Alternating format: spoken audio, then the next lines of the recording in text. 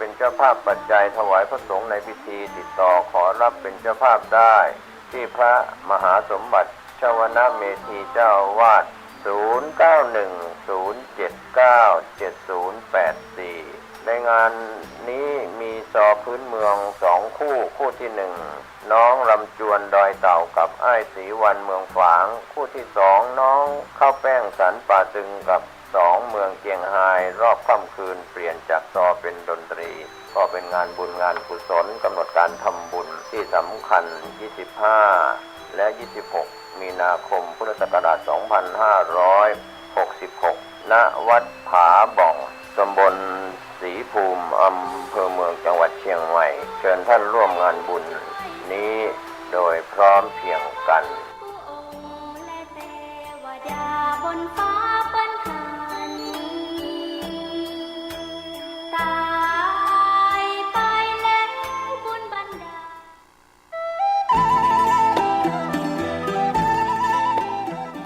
ข่าวสารเพื่อการประชาสัมพันธ์ขอเชิญชวนผู้ใจบุญร่วมสร้างทางสู่สวรรค์ตามรอยแห่งเท้ามัคควานเชิญท่านผู้ใจบุญร่วมทำบุญทอดผ้าป่าสร้างถนนคอนกรีตเสริมเหล็กเข้าสู่สำนักสงฆ์เทพนิมิตรบ้านเปียนตำบลเทพเสด็จอำเภอดอยสะเก็ดจังหวัดเชียงใหม่ถนนส่วนที่ขาดงบกว้าง3เมตรยาว622เมตรรวมเป็นระยะทาง 1,866 ตารางเมตรทอดผ้าป่าสร้างถนนวันอาทิตย์ที่2เมษายนพุทธศักราช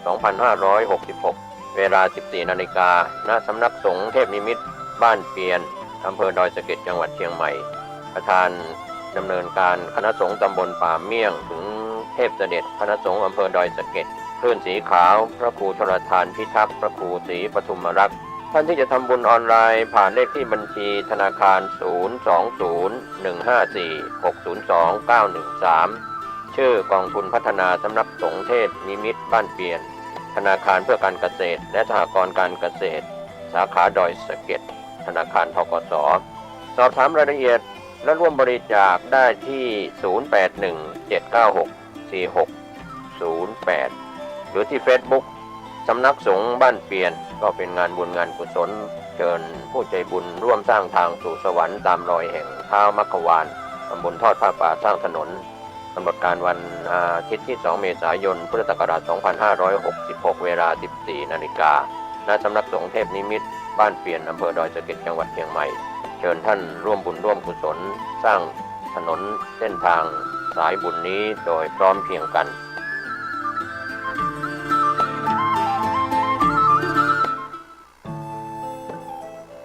ท่านกำลังติดตามรับฟังสถานีวิทยุกระจายเสียงพระพุทธศาสนาแห่งชาติและสังคม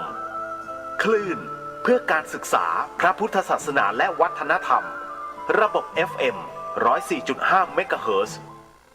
รายการต่อไปเป็นรายการคดีโลกคดีธรรม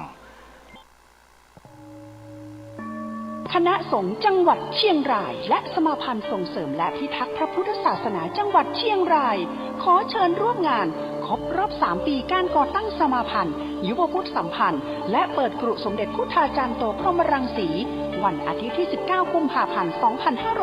2566 ณ พุทธมณฑลสมโภช750 ปีอำเภอแม่ลาวจังหวัดเชียงราย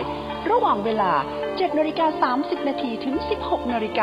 กิจกรรมในงานประกอบด้วยการตั้งองค์พระป่าและจัดนิทรรศการของ 18 อำเภอการสาธิตการสวดมนต์สรรเสริญพระรัตนตรัยทำนองสรพัญญะและการบรรยายธรรมของนักเรียนที่ชนะเลิศการประกวดระดับจังหวัด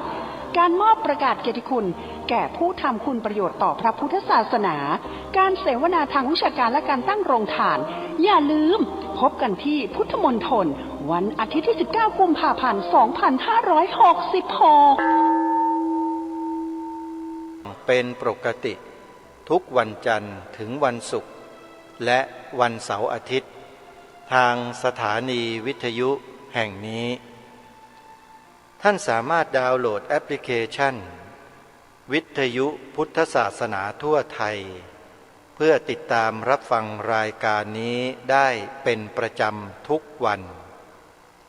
แอปพลิเคชันวิทยุพุทธศาสนาทั่วไทยนี้ได้รวบรวมสถานีวิทยุพระพุทธศาสนาแห่งชาติในภูมิภาคต่างๆของประเทศไทย ไว้ด้วยกันมีมากถึง39สถานีทั่วไทยท่านใดที่ดาวน์โหลดแอปพลิเคชันนี้ไว้ท่านจะสามารถเปิดรับฟังธรรมะได้หลากหลายมากมายในทุกๆภูมิภาคของประเทศโดยที่ท่านไม่ต้องเดินทาง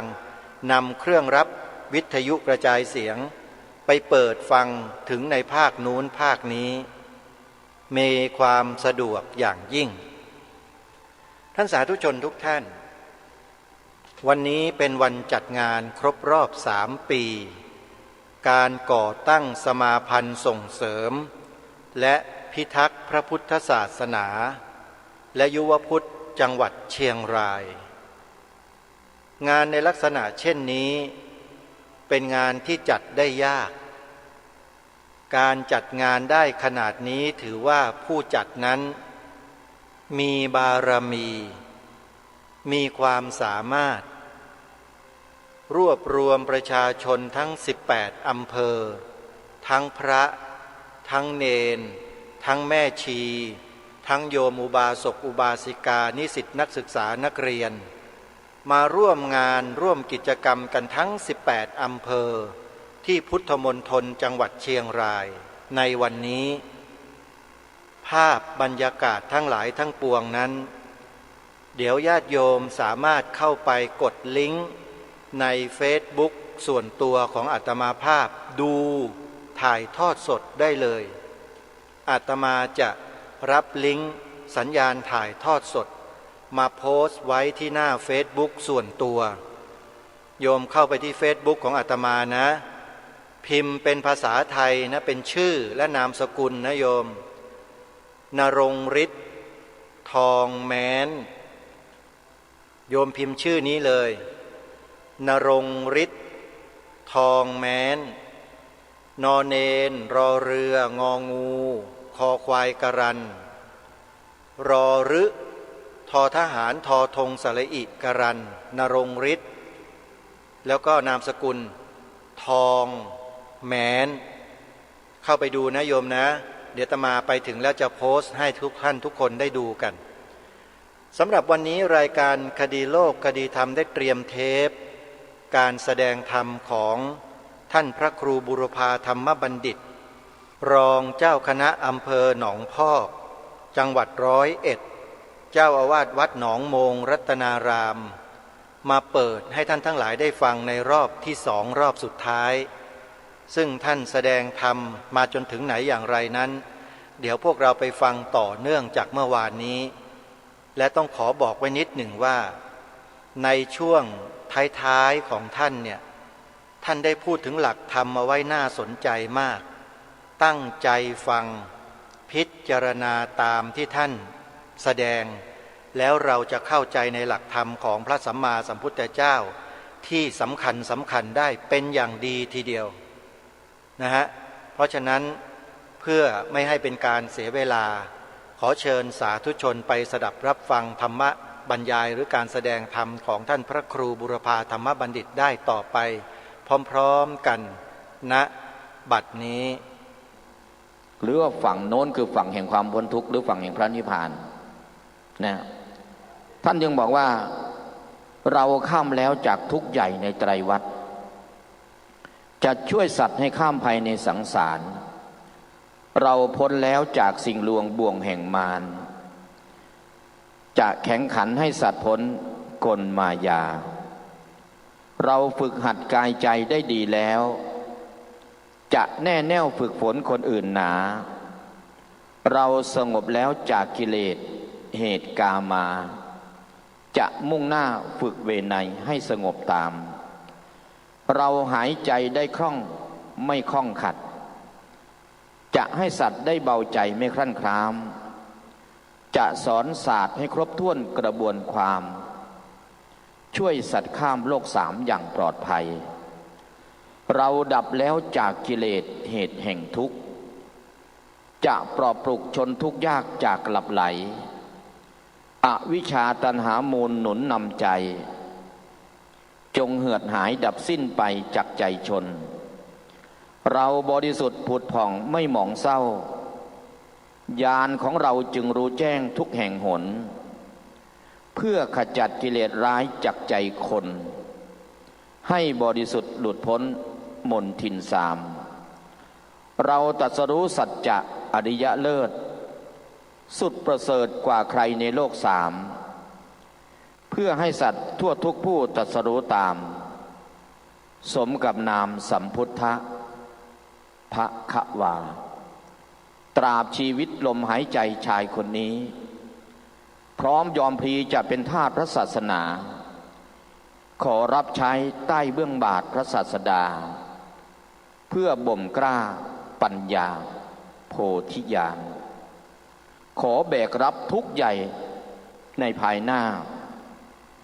คราตัวข้ายังเที่ยวไปในสงสารเพื่อช่วยสัตว์ให้ก้าวข้ามความกันดารสู่นิพพานอันเกษมเปรมปรี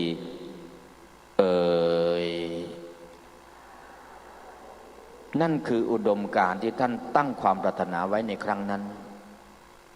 แม้นว่ามันจะนานแสนนานลำบากแสนลำบากยากแสนเข็ญแต่ก็ไม่เบนออกจากเส้นทางนี้เส้นทางที่จะได้มาซึ่งสัมมาสัมโพธิญาณถึงบอกว่าบารมี10เพียรสร้างทางไกลปรารถนาพุทธภูมิไสยยากยิ่งประสบสัตว์ทุกหทัยไหวหวั่นจึงทนท่วนทุกสิ่งเพื่อสัตว์สู่เกษมฉะนั้นนี่เราเองเกิดมาเป็นมนุษย์พบพุทธศาสนาของพระผู้มีพระภาคเจ้าพบธรรมคำสอนอันเป็นสุดยอดของคำสอน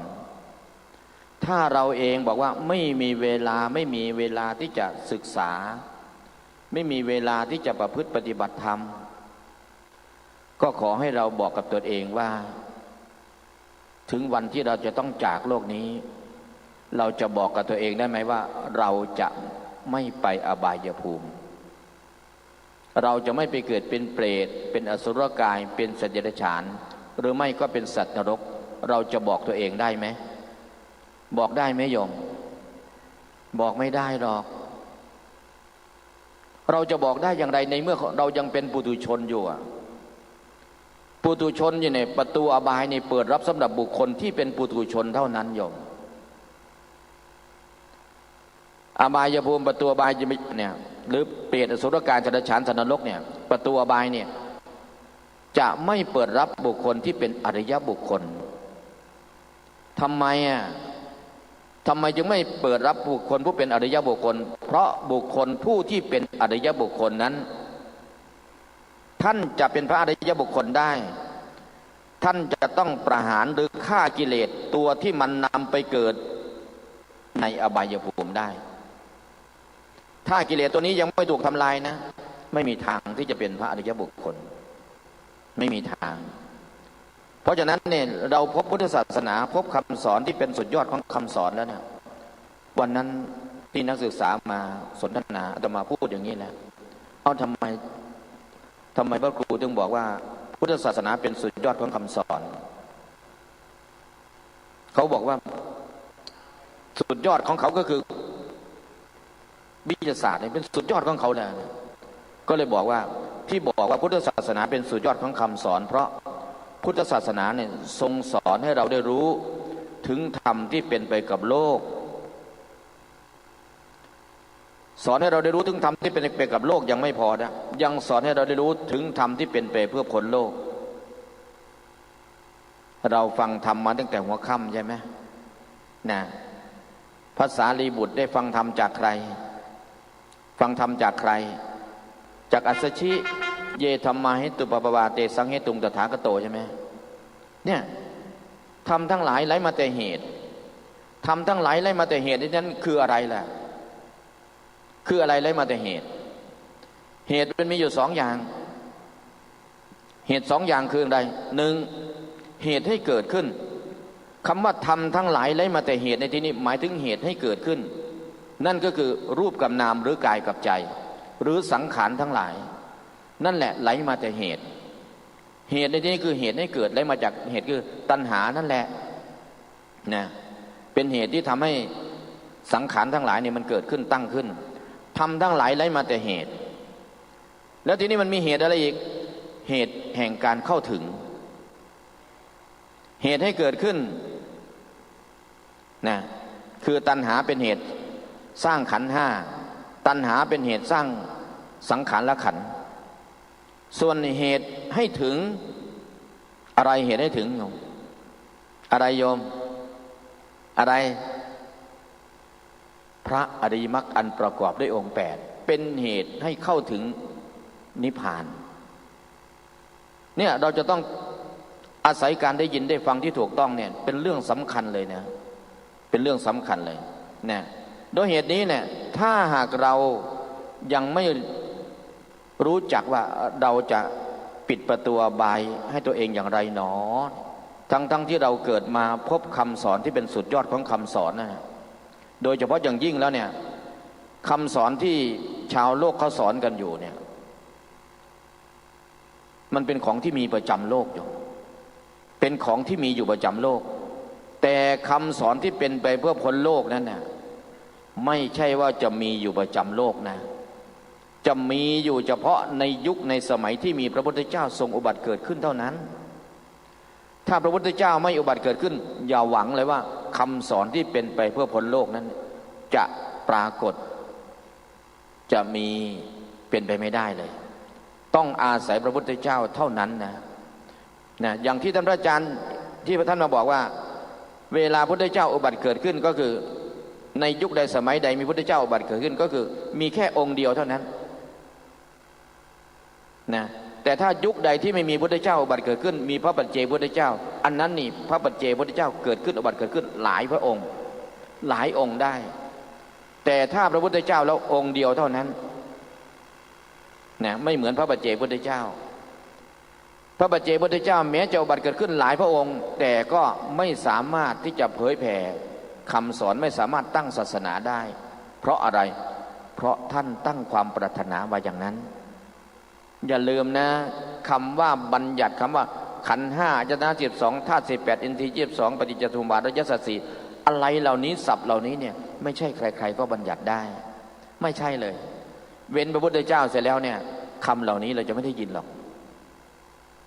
เราจะไม่ได้ยินเลยเพราะฉะนั้นสังสารวัฏหาเบื้องต้นเบื้องปลายกันไม่พบหาจุดจบไม่เจอถึงบอกว่าสงสารนี่มันแปรปรวนปีนปอกเลยเนี่ยมีผู้บอกบันแหงให้สั่งสัมบัดดาแถมจึงได้เกิดเดือดร้อนไฟลวกล่ามเผาไผผู้มีตาใจจึงซองหวนเห็นแจงใจใจเจ้าจงสาสงล่างหัวใจให้ขาวพองสะท้อนใจใจบ่ล่างเอาเองเจ้าไผสีล่างให้ซอยใจเจ้าเด้เจ้าสิข้องค่อยถ่ากายญาสิล่างสวยอย่าข้องถอนกายนั้นมันบ่รู้จักกิเลสเรื่องสีถูล่างบนจังใดกายนั้นมีแต่โกกาแห้งแม่งวันตอมหนอนสีบุญบาดห้าใจจากแล้วกายนั้นสีเนาบาดห้าใจจากแล้วกายนั้นสีเนานุ่มบัดห้าใจจากแล้วกายนั้นสีเนานุ่มชาตินี้ทำบุญสางหัวใจให้ถวนทีอย่าได้เอาขาดดอยมาขูดเก่าใดกับบ่งามชาตินี้ทำบุญสางหัวใจล่างกิเลสดีได้ขั้นกิเลสบ่เกียงสิเวียนมวยกระดูกเผาอยู่นี่แล้วอันนี้เป็นการยืนยันนอนยันเลยถ้าตราบใดกิเลสที่อยู่ในใจของเราเนี่ยไม่หมดไปไม่สิ้นไปเนี่ยแน่นอนน่ะเรายังต้องเที่ยวเวียนว่ายตายเกิดอยู่อย่างนั้นนะแต่การเที่ยวเวียนว่ายตายเกิดเนี่ยมันมีการเที่ยวเวียนว่ายตายเกิดอย่างปุถุชนเที่ยวเวียนว่ายตายเกิดไปไหนท่านบอกว่าอบายภูมินั่นแหละเป็นบ้านเก่าของปุถุชนเห็นไหมแต่ผู้ที่เป็นพระอริยบุคคลนั้นเนี่ยแม้ท่านจะมีการเกิดอีกแต่ท่านก็จะไม่ไปเกิดในอบายภูมิแล้วนอกจากไม่ไปเกิดในอบายภูมิเป็นเปรตอสุรกายสัตว์เดรัจฉานสัตว์นรกนอกจากจะไม่ไปเกิดในอบายภูมิแล้วเวลาท่านไปเกิดมนุษย์เทวดาหรือพรหมก็จะเป็นผู้ที่มีอวัยวะสมบูรณ์ไม่มีหรอกบุคคลที่เป็นพระอริยบุคคลไปเกิดแล้วนี่เป็นคนบ้าใบ้บอดหนวกมาตั้งแต่เกิดไม่มีไอ้คนบ้าใบ้บอดหนวกมาตั้งแต่เกิดเนี่ยเป็น วิสัยของปุถุชนเท่านั้นอริยบุคคลจะไม่เป็นเช่นนั้นเห็นไหมด้วยเหตุนี้เนี่ยถึงบอกว่าในขณะที่เรายังมีชีวิตอยู่เนี่ยให้เราเนี่ยมีโอกาสประพฤติปฏิบัติที่สำคัญที่สุดการได้ยินได้ฟังธรรมที่ถูกต้องแนวทางในการประพฤติปฏิบัติที่ถูกต้องที่จะปิดประตูอบายก็อย่างที่กล่าวไว้แล้วว่าไม่มีในศาสนาอื่นไม่มีในคำสอนในศาสนาอื่นในศาสตร์อื่นไม่มีเว้นพุทธศาสตร์เสร็จแล้วจะไม่มีนะที่ท่านบอกว่ารอยนกบินไปอยู่บนนกบินไปบนท้องฟ้าเนี่ยไม่ทิ้งรอยไว้เนี่ยบินไปบนอากาศไม่ทิ้งรอยไว้ชั้นใดก็ชั้นนั้นข้อประพฤติปฏิบัติที่เป็นไปเพื่อความพ้นทุกข์หรืออริยมรรคอันประกอบด้วยองค์8เนี่ยก็ไม่มีในศาสนาอื่นทีนี้ว่าถ้าเราจะประพฤติปฏิบัติเราจะต้องทำอย่างไรเนี่ยเบื้องต้นก็อย่างที่บอกว่าการได้ยินได้ฟังที่ถูกต้องจริงๆแล้วเนี่ยมาที่นี่เนี่ยไตรสิกขาทำไมท่านอาจารย์ใหญ่ถึงตั้งชื่อว่าไตรสิกขาไตรก็คือ3สิกขา3อะไรบ้างศีลและสิกขานะสมาธิสิกขาและปัญญาสิกขาศีลและสิกขาเนี่ยมีทั้งศีลที่เป็นศีลธรรมดาแล้วก็มีทั้งอธิศีลจิตสิกขาก็มีทั้งสมาธิที่เป็นสมาธิที่ธรรมดาหรือสมาธิยังเป็นไปกับการเกิดกับอธิจิตสิกขาปัญญาก็เช่นกันนะสรุปแล้วก็คือศีลสมาธิปัญญาที่ยังไม่เข้าถึงความเป็นอธิศีลอธิจิตอธิปัญญาศีลสมาธิปัญญาเหล่านั้นยังเป็นศีลสมาธิปัญญาที่ยังเป็นไปกับการเกิดอยู่แต่ศีลสมาธิปัญญาใดก็ตามที่เป็นอธิศีลอธิจิตและก็อธิปัญญาศีลสมาธิปัญญานั่นแหละเป็นศีลสมาธิปัญญาที่เป็นไปเพื่อพ้นจากการเกิดแล้วทีนี้เราจะรู้อย่างไรว่าศีลที่เรารักษาอยู่เนี่ยมันเป็นอธิศีลหรือเปล่าสมาธิที่เราทำอยู่นี่มันเป็นอธิจิตหรือเปล่าปัญญาที่มันเกิดขึ้นเนี่ยมันเป็นอธิปัญญาหรือเปล่าเราจะรู้ได้อย่างไรจำไว้เลยนะศีลใดสมาธิใดก็ตามเนี่ยปัญญาใดก็ตามเนี่ยอันตัณหาทิฏฐิอาศัยคำว่าตัณหาทิฏฐิอาศัยศีลสมาธิปัญญานั่นแหละชื่อว่ายังไม่ใช่อธิศีลอธิจิตอธิปัญญานั่นคือรักษาศีลปรารถนาลาภยศสรรเสริญสุขหรือปรารถนาเกิดเป็นมนุษย์หรือปรารถนาที่จะให้คนอื่นสรรเสริญยกย่องอะไรต่างๆเหล่านี้เขาเรียกว่ารักษาศีลก็ดีทำสมาธิก็ดีเจริญปัญญาก็ดีที่เป็นไปกับตัณหาและทิฏฐิก็คือความเห็นผิดอาศัยนะส่วนศีลสมาธิปัญญาใดก็ตามที่ตัณหาทิฏฐิไม่อาศัยศีลสมาธิปัญญานั่นแหละเป็นไปเพื่อพระนิพพานแล้วศีลสมาธิใดล่ะถึงจะรู้ได้อย่างไรว่าศีลสมาธิใดได้มันเป็นอธิศีลอธิจิตอธิปัญญาท่านบอกว่าศีลสมาธิปัญญาใดที่เกิดขึ้นในอารมณ์ของสติปัฏฐานจำให้ดีนะฟังให้ดีนะเนี่ยเพราะว่าพอมีขึ้นว่าสติปัฏฐานแล้วเนี่ยมันไม่มีข้อประพฤติปฏิบัติในศาสนาอื่นจะไม่มีสติปัฏฐานนี่เขาเรียกว่าพุทธมรดกนะสติปัฏฐานเนี่ยเป็นหมวดธรรมที่เป็นธรรมที่เป็นไปเพื่อการตรัสรู้นะมีทั้งหมด37ประการเนี่ยนะ37ประการเริ่มต้นจากสติปัฏฐาน4สัมมาปัฏฐาน4อิทธิบาท4อินทรีย์5พละ5โพชฌงค์7และพระอริยมรรคอันประกอบด้วยองค์8 37ประการนี่แหละแล้วการที่ท่านแสดงไว้อย่างนี้เนี่ยเป็นไปตามลำดับด้วยนะไม่มีการกระโดดข้ามขั้นไม่มีนะไม่มีหรอกสติปัฏฐาน4เจริญสติปัฏฐาน4สติปัฏฐาน4เกิดขึ้นแล้วเนี่ยอินทรีย์พละเกิดขึ้นไม่มีทางเป็นไปตามลำดับเลยสติปัฏฐาน4เกิดขึ้นแล้วเนี่ยสมปัฏฐาน4ในขณะเดียวกันทำเหล่านี้จริงๆแล้วก็เป็นไปด้วยกันนะเพียงแต่ว่าอย่างใดอย่างหนึ่งอย่างเบื้องต้นเนี่ยสตินั่นแหละจะต้องเกิดขึ้นก่อนแต่ถามว่ามีเฉพาะสติเกิดขึ้นหรือหาเป็นเช่นนั้นไม่ มีความเพียรก็มีสัมปชัญญะคือปัญญาก็มีท่านจะบอกว่าอาตาปีสัมปชัญโนสติมาวินัยะโลเกวิชาโทมนัสสังมีครูบาอาจารย์ท่านหนึ่งท่านพูดวินัยะโลเกวิชาโทมนัสสังนั่นก็คือพึงนำออกเสียซึ่งความยินดีและความยินร้ายนะในโลเกก็คือในขันธโลกในขันธโลกนะโลเกนั่นคือขันธโลกนะกายาวานะคือพร้อมกับใจครองเนี่ยนะ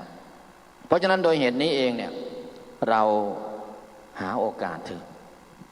หาโอกาสที่จะเจริญสติปัฏฐานหาโอกาสที่จะประพฤติปฏิบัติพอสติปัฏฐานเกิดขึ้นแล้วตอนนั้นเนี่ยไอ้เรื่องอีกที่เหลือนั่นน่ะอีกที่เหลืออีกหกหมวดนั่นน่ะสัมมาประธานสี่อิทธิบาทสี่อินทรีย์ห้าพละห้าโพชฌงค์เจ็ดและมรรคมีองค์แปดบุคคลคนนี้ชื่อว่ามีโอกาสที่จะมุ่งหน้าไปสู่พระนิพพานอย่างแน่นอนเพราะสติปัฏฐานสี่เกิดขึ้นแล้วนี่มันไม่ลบจากใจเลยโยมมันลบไม่ได้ลบจากใจไม่ได้เลยนะ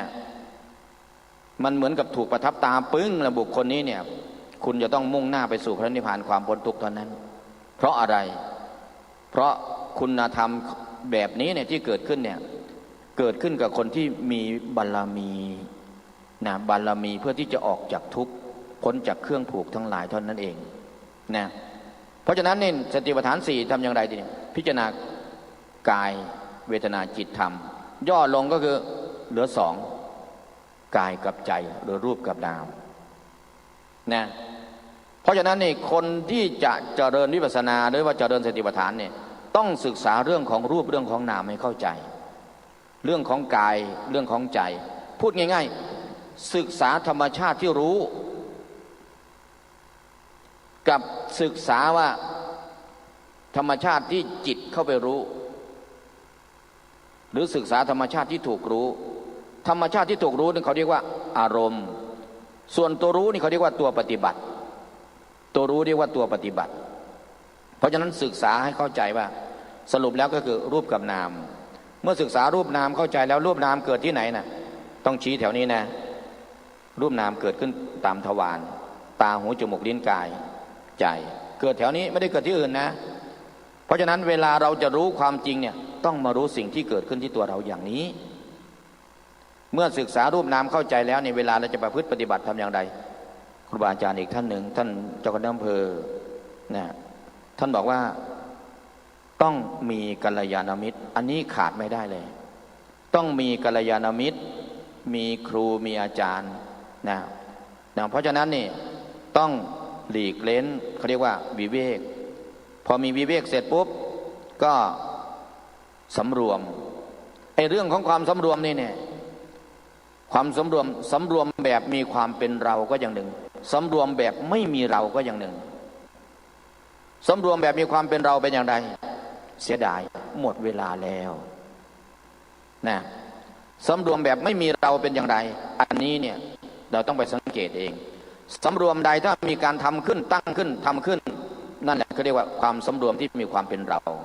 แต่ความสำรวมที่ไม่มีความเป็นเราเขาจะเป็นธรรมชาติของเขาเองเขาจะเป็นธรรมชาติเองรู้เองเพราะฉะนั้นนี่รู้เพราะเราจงใจที่จะรู้อันนั้นอย่างหนึ่งมีความเป็นเราแต่ไม่จงใจรู้หรอกแต่เมื่อมีเหตุมีปัจจัยเกิดขึ้นเขาไปรู้ของเขาเองอันนี้แหละต้องไปสังเกตดูนอกจากนั้นแยกนึกกับรู้สึกให้ออกการที่เราจะรู้ว่าอันนี้นึกหรือเปล่าหรือรู้สึกหรือเปล่าต้องอาศัยการสังเกตขาดตัวสังเกตแล้วไม่มีทางตัวสังเกตนี่เป็นตัวพัฒนากรรมฐานเขาเรียกว่าปริหาริกปัญญาเป็นตัวบริหารกรรมฐานนะเมื่อมีการสังเกตเสร็จปุ๊บแล้วเป็นยังไงต้องมีปัจจุบันอารมณ์ไม่ใช่จะอยู่กับปัจจุบันอารมณ์นะต้องมีปัจจุบันอารมณ์เมื่อมีปัจจุบันอารมณ์แล้วเนี่ยนะชื่อว่ามีโยนิโสมนสิการด้วยนี่เขาเป็นอย่างนี้เอาละเนาะนะก็อยากจะให้เราท่านทั้งหลายเนี่ยมีโอกาสให้เวลากับตัวเองโยมสังสารวัฏนี่เนี่ยเราจะต้องไปอย่างแน่นอนแต่ถามว่าก่อนที่เราจะจากโลกนี้เรามีที่พึ่งกันหรือยังนะที่พึ่งในที่นี้ก็คือสติปัฏฐานสี่นั่นแหละหรือมีตนนั่นแหละเป็นที่พึ่งนะก็โดยเฉพาะอิริยาบถสี่ฝึกรู้อิริยาบถสี่ยืนเดินนั่งนอนถ้าสมมติว่าเราเอาอิริยาบถใหญ่เป็นอิริยาบถตั้งนะอิริยาบถใหญ่เนี่ย อิริยาบถบัพพะเนี่ยในขณะเดียวกันก็ไม่ใช่จะมุ่งแต่อิริยาบถสี่นะเขาไปรู้อะไรก็สังเกตเขาไปรู้อะไรก็สังเกตเขาโดยเฉพาะอย่างยิ่งเวลาเราปฏิบัติเราต้องการแต่ความสงบแต่เวลาไปปฏิบัติจริงๆแล้วมันระหว่างความสงบกับความฟุ้งซ่านอย่างไหนมากกว่ากันความฟุ้งซ่านมากกว่าเมื่อความฟุ้งซ่านเกิดขึ้นจิตใจเราเป็นยังไงรำคาญใจหงุดหงิดทำไมล่ะเราเรียนรู้เขาไม่เป็นนะเราเรียนรู้เขาไม่เป็นเพราะฉะนั้นเราหาความสงบแต่เรารังเกียจความฟุ้งซ่านทำไมเราไม่ดูความฟุ้งซ่านเพราะความฟุ้งซ่านนั้นมันเป็นของที่มีอยู่จริงในขณะนั้นนะความฟุ้งซ่านเป็นของที่มีอยู่จริงนะไม่ใช่ของปลอมนะนั่นของจริงเลยแหละนะเพราะฉะนั้นเอาละวันนี้ก่อนที่จะจบก่อนที่จะจากก็อยากจะฝากเราท่านทั้งหลายนะว่านะสังสารวัฏนี้ยาวนานอย่าประมาทนะเราความตายรอเราอยู่ในขณะเดียวกันเราเดินเข้าไปหาความตายทุกขณะแล้วเราอะไรนะที่จะเป็นที่พึ่งเป็นเครื่องป้องกันภัยไม่ให้เราบ่ายหน้าไปสู่ทุกขติหรือบายภูมิได้นะไม่มีหรอกสิ่งที่เรามีอย่างอื่นนี่เขาเรียกว่าเครื่องอาศัยนอกจากบุคคลใดมีตนเป็นที่พึ่งบุคคลนั้นแหละนะหรือว่ามีกายหรือรู้กายรู้ใจของตัวเองนั่นแหละบุคคลนั้นชื่อว่าเป็นผู้ที่จะมีตนเป็นที่พึ่งแล้วบุคคลนั้นเป็นผู้ที่จะปิดประตูอบายโดยเฉพาะการที่จะเป็นพระอริยบุคคลได้นั้นเป็นพระโสดาบันได้นั้นจะต้องทำลายสักกายทิฏฐิเมื่อทำลายสักกายทิฏฐิได้แล้วเนี่ยตัวศีลพัตตปามาสต้องถูกทำลายด้วยแล้วตัว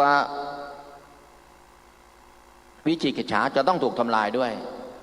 คือพูดง่ายๆว่าการเป็นพระโสดาบันนี่กิเลส3ตัวถูกทำลายหมดเลยนะในวาระเดียวกันด้วยในวาระเดียวกันถูกทำลายหมดเลยเพราะฉะนั้นคนที่จะเชื่อว่าชาติหน้ามีจริงหรือเปล่าต้องทำลายสักกายทิฏฐิเสียก่อนตอนนี้เราเชื่อแต่เรายังไม่ได้เข้าไปสัมผัสนะตอนนี้เนี่ยต้องทำลายสักกายทิฏฐิเสียก่อนพอทำลายสักกายทิฏฐิเสร็จแล้วเนี่ยต่อไปก็คือจะไปรู้ปัจจัยปริฆา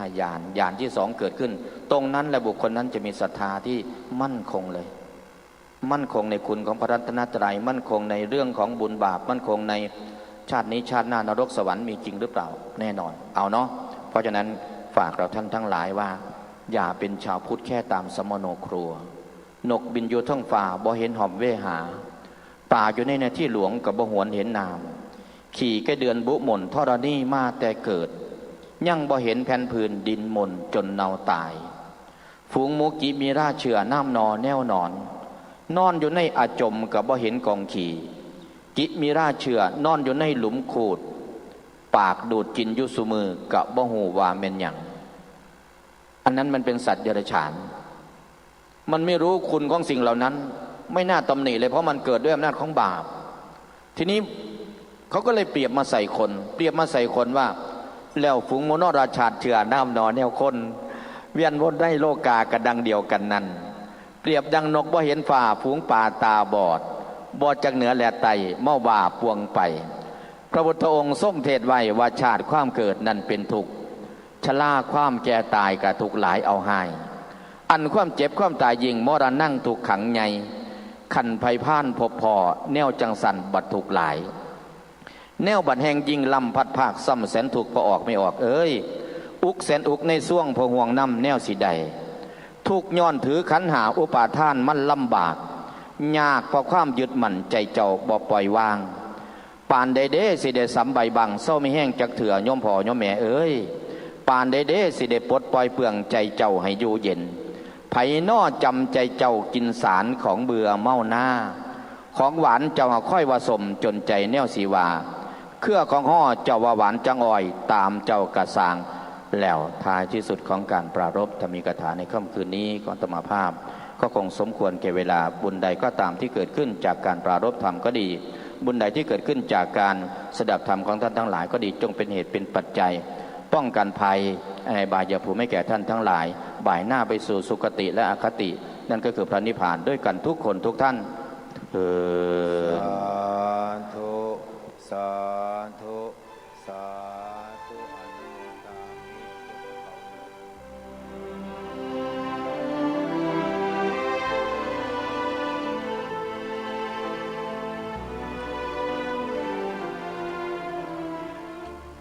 ท่านสาธุชนผู้ฟังทุกท่าน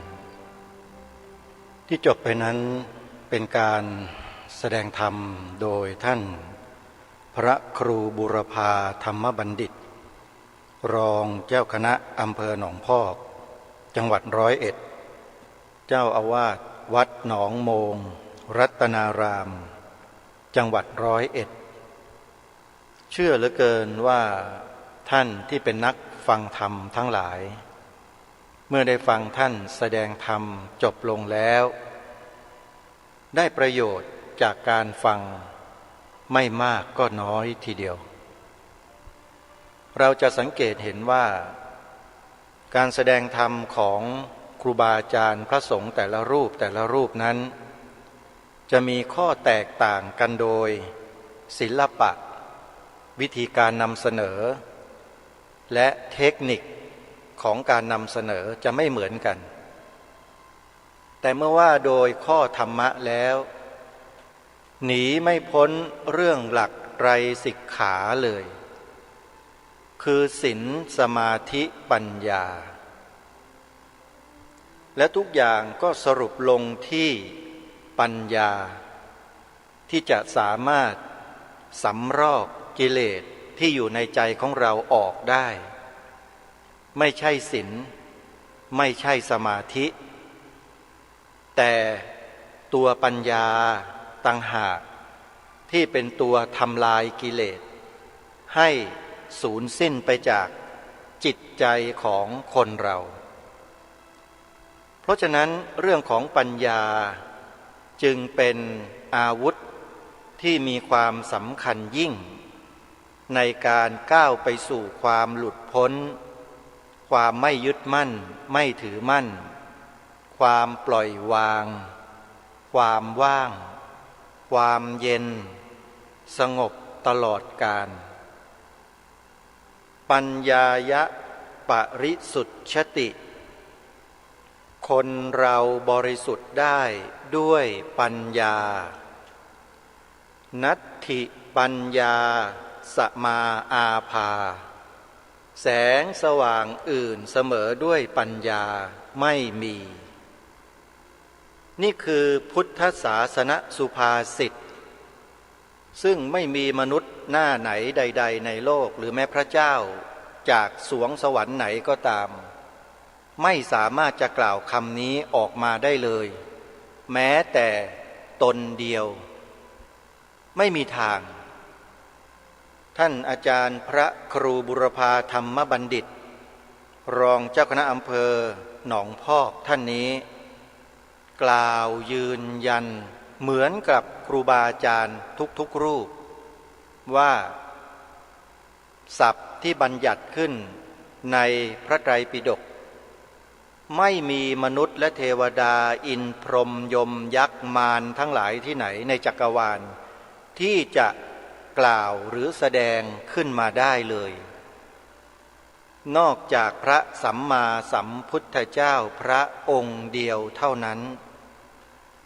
และพระองค์ท่านก็ทรงถ่ายทอดให้เหล่าสาวกนำไปถ่ายทอดต่อกันมาจนกระทั่งถึงพวกเราวันนี้โยมและลองคิดดูสิว่าพวกเราเนี่ยเป็นมนุษย์ที่มีความโชคดีแค่ไหนแล้วเราจะเอาอะไรกันอีกแล้วจะแสวงหาอะไรกันอีกสิ่งที่เลิศสิ่งที่ประเสริฐกว่าทรัพย์สินเงินทองคือหลักธรรมคำสอนของพระสัมมาสัมพุทธเจ้าที่กำลังเป็นไปอยู่ในปัจจุบันนี้แล้วเราไปแสวงหาอะไรลาภยศสรรเสริญสุขฉะนั้นหรือเราต้องการแต่สิ่งเหล่านั้นเพียงเท่านั้นหรือทำไมเราจึงไม่แสวงหาสิ่งที่ประเสริฐกว่าสิ่งนั้นเล่าชีวิตคนเราเกิดมากินอิ่มแค่อิ่มเดียวเหมือนกันในแต่ละมื้อนอนหลับในช่วงกลางคืน ในเวลาที่พอเหมาะเหมือนกันทุกคนมีที่อยู่อาศัยหลบแดดลมฝนยุงลิ้นเหลือบไรเหมือนกันมีเสื้อผ้าเครื่องนุ่งห่มกันหนาวกันร้อนปกปิดร่างกายไม่ให้เกิดความละอายเหมือนกันมียารักษาโรคมีเภสัชให้เราได้ใช้สอยเพื่อรักษาอาการป่วยไข้ของร่างกายเหมือนกันแล้วเราแสวงหาดิ้นรนอะไรที่มากกว่านั้นเพื่ออะไรนี่คือสิ่งที่ปรารถนาจะให้พวกเราท่านทั้งหลายพยายามคิดกันให้เยอะๆเพราะวัตถุสิ่งของเงินทองเครื่องอาศัยเทคโนโลยีสมัยใหม่ที่เราหลงไหลเคลิบเคลิ้มจะเปลี่ยนแต่โทรศัพท์จะรุ่นนั้นมาก็จะเปลี่ยนรถยี่ห้อนั้นมาก็จะโละทิ้งของเก่าเอาใหม่บ้านหลังนี้มาแล้วจะซื้อจะอะไรกันนักหนาเล่าอันนี้พูดทั่วไปแต่เราท่านทั้งหลายที่เป็นนักฟังธรรมนักปฏิบัติธรรมเนี่ยก็คงไม่ได้เป็นเช่นนั้นกันหรอกแต่พูดเผื่อไว้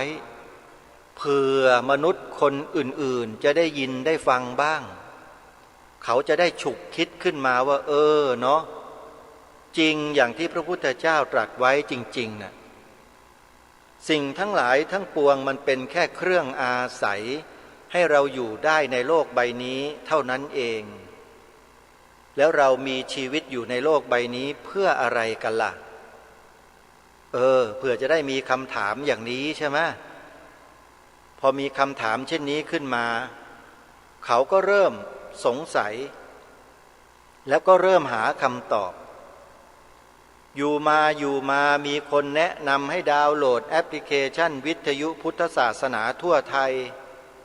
ดาวน์โหลดไว้ในโทรศัพท์แล้วก็เปิดฟังแรกก็อึดอัดขัดเคืองอยู่เพราะมันไม่คุ้นกับการแสดงธรรมฟังธรรมเพราะชีวิตที่ผ่านมาเนี่ยมีแต่สนุกสนานฮาเฮเข้าโรงหนังโรงละครเข้าผับเข้าบาร์เที่ยวเตร่เฮฮาตีหัวหมาด่าแม่เจ๊กอันนี้เขาว่ากันนะมัวแต่สนุกสนานกันอยู่อย่างนั้นแหละพอมาเปิดฟังธรรมะหน่อยมันก็อึดอัดขัดเคืองฝืดแรกแต่พอฟังไปฟังมาไปฟังพระอาจารย์สมภพโชติปัญโยเข้าช่วงจังหวะพระอาจารย์กำลังแสดงธรรมเรื่องต่างประเทศเรื่องชาวต่างประเทศเรื่องข้อธรรมที่เกี่ยวข้องกับปรัชญาตะวันตกตะวันออกเปรียบเทียบศาสนาต่างๆไม่ว่าจะเป็นคริสต์พุทธอิสลามคนนั้นฟังพอดิบพอดีเลยปรากฏว่าเก็ตเลยไอ้ภาษาเก็ตนี่มันแปลว่าอะไรอาตมาก็ยังไม่ทราบเลยนะคงจะหมายถึงว่าเข้าใจเลยใช่ไหมโยมใครที่รู้ภาษาคำว่าเก็ตเนี่ยนะช่วยบอกอาตมาด้วยนะ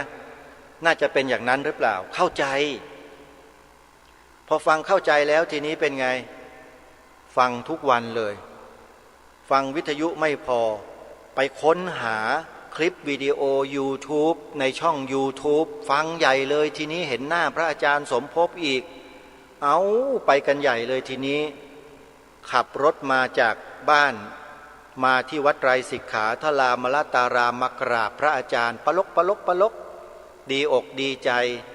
ถวายปัจจัยทำบุญค่าน้ำค่าไฟค่ากิจกรรมสร้างศาลาเชียงทองซึ่งกำลังจะสร้างอยู่ในปัจจุบันยังสร้างไม่เสร็จเนี่ยโยมศาลาเชียงทองแล้วก็พิพิธภัณฑ์โชติปัญโยของพระอาจารย์สมภพตั้งไว้อยู่บนภูเขาตุงควารีเนี่ยโอ้ยมีศรัทธาไม่ลดไม่หลั่นไม่หมดไม่ถอยเลยทีนี้เห็นไหมการแสดงธรรมกับการฟังธรรมเนี่ยโยมตราบใดถ้ายังมีกิจกรรมในลักษณะเช่นนี้อยู่เนืองอยู่บ่อยๆอยู่เรื่อยๆโลกนี้ก็จะไม่ขาดธรรมแน่นอนแต่ถ้าวันใดเวลาใดยุคใดสมัยใดที่การแสดงธรรมและการฟังธรรม หมดสิ้นไปเมื่อไหร่โลกใบนี้จะพบกับมหันตภัยร้ายอย่างไม่หยุดหย่อนไม่หยุดยัง้งจะพบภัยจากมนุษย์ด้วยกันเป็นอันดับแรกมนุษย์มิจฉาทิฏฐิมนุษย์ที่ทำลายมนุษย์ด้วยกันมนุษย์ที่กินมนุษย์ด้วยกันเหมือนอย่างที่ท่านพระอาจารย์ใหญ่พระอาจารย์สมภพโชติปัญโยท่านเคยแสดงธรรมท่านได้เคยเทศไว้โยมจำได้ไหมที่ท่านพูดถึงว่ามนุษย์กินมนุษย์พระก็ยังกินพระเลยโยมเห็นไหม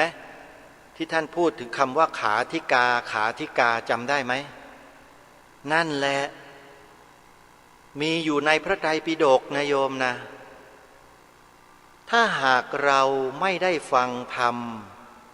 โดยพระอาจารย์สมภพโชติปัญโยท่านได้กล่าวได้แสดงอธิบายขยายความทิ้งไว้เนี่ยป่านนี้เหรอพวกเราไม่ได้มานั่งหน้าสลอนฟังธรรมกันตลอดซอดแจ้งทั้งคืนทั้งวันแบบนี้ได้หรอกโยมไม่มีทางเลยแล้วขอบอกนะกิจกรรมการปฏิบัติธรรมฟังธรรมที่โยมเห็นอยู่ในประเทศชาติบ้านเมืองนี้เนี่ยมีแต่บุคคลที่เป็นเหตุปัจจัยอันเกิดจากการฟังธรรมของพระอาจารย์สมภพโชติปัญโยทั้งนั้นเลยจริงๆไปที่ไหนที่ไหนเห็นเทศเห็นแสดงเห็นบรรยายธรรมเนี่ยเป็นแนวเดียวกันกับที่พระอาจารย์สมภพโชติปัญโยท่านได้ทำไว้ทั้งนั้นเลยคือไม่ได้ฟังธรรมอย่างเดียวนะปฏิบัติอานาปานสติและเจริญสติปัฏฐานสี่ไปด้วยคือศึกษาไปด้วยปฏิบัติไปด้วยปฏิบัติไปด้วยก็ศึกษาไปด้วย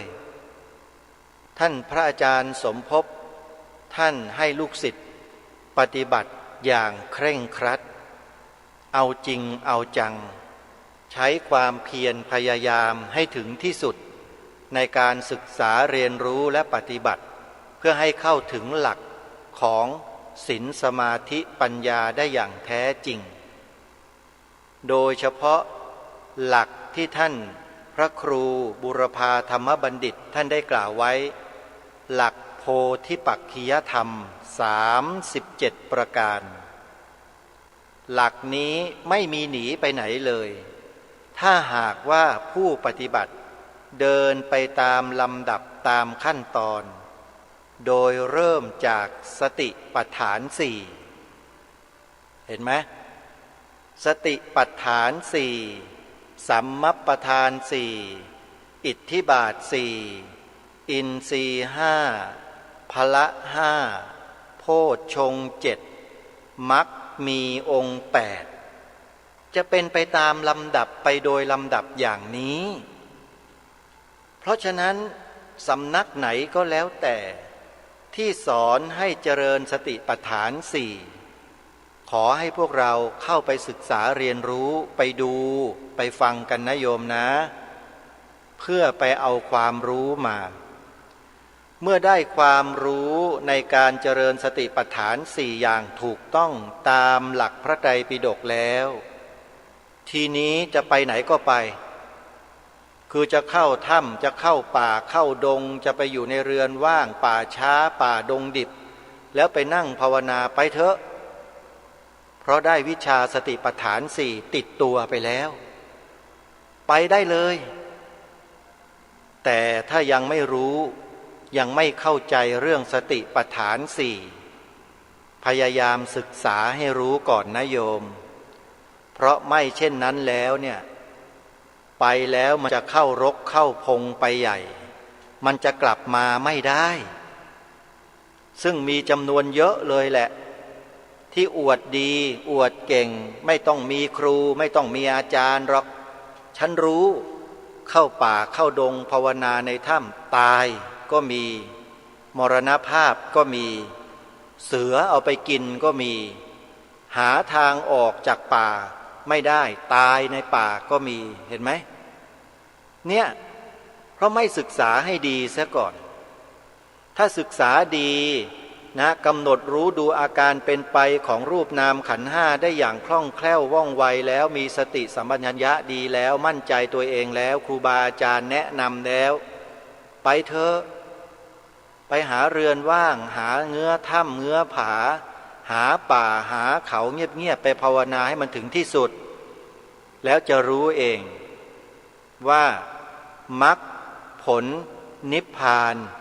มีจริงญาติโยมเอาละเดี๋ยววันพรุ่งนี้มาติดตามรับฟังองค์บรรยายธรรมหรือแสดงธรรมองค์ต่อไปองค์ต่อไปจะเป็นใครนั้นเดี๋ยวไปติดตามรับฟังในวันพรุ่งนี้สำหรับวันนี้เวลาของรายการหมดลงแล้วอาตมาภาพต้องขอสมมุติยุติรายการไว้แต่เพียงเท่านี้ไว้พบกันใหม่ในวันต่อไปขอความสุขความสวัสดีในธรรมแห่งองค์สมเด็จพระสัมมาสัมพุทธเจ้าจงบังเกิดมีแด่ท่านสาธุชนผู้ฟังทุกท่านทุกคนเทินขอเจริญพร